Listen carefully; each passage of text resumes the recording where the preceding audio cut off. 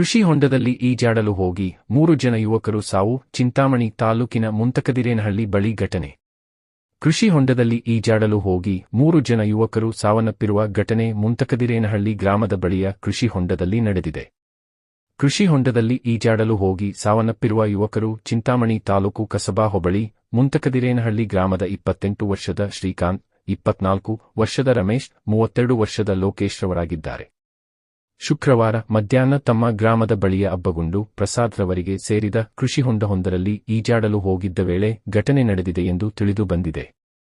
ಇನ್ನು ವಿಷಯ ತಿಳಿದ ಕೂಡಲೇ ಸ್ಥಳಕ್ಕೆ ಚಿಂತಾಮಣಿ ಗ್ರಾಮಾಂತರ ಠಾಣೆಯ ಸಿಐ ಶಿವರಾಜ್, ಪಿಎಸ್ಐ ಮಮತಾ ಮತ್ತು ಪೊಲೀಸ್ ಸಿಬ್ಬಂದಿ ಹಾಗೂ ಅಗ್ನಿಶಾಮಕ ದಳದ ಸಿಬ್ಬಂದಿಯಾದ ಲೋಕೇಶ್, ಶಿವಾರೆಡ್ಡಿ, ಶಿವಶಂಕರ್, ಚೆನ್ನಪ್ಪ, ವಿಷ್ಣು, ವಿವೇಕ್ ಮತ್ತಿತರರು ಭೇಟಿ ನೀಡಿ ಕೃಷಿ ಹೊಂಡದಲ್ಲಿ ಬಿದ್ದಿದ್ದ ಯುವಕರ ಶವಗಳನ್ನು ಹೊರತೆಗೆಯುವಲ್ಲಿ ಯಶಸ್ವಿಯಾಗಿದ್ದು, ಸ್ಥಳದಲ್ಲಿ ಮೃತ ಯುವಕರ ಸಂಬಂಧಿಕರ ಆಕ್ರಂದನ ಮುಗಿಲು ಮುಟ್ಟಿತ್ತು.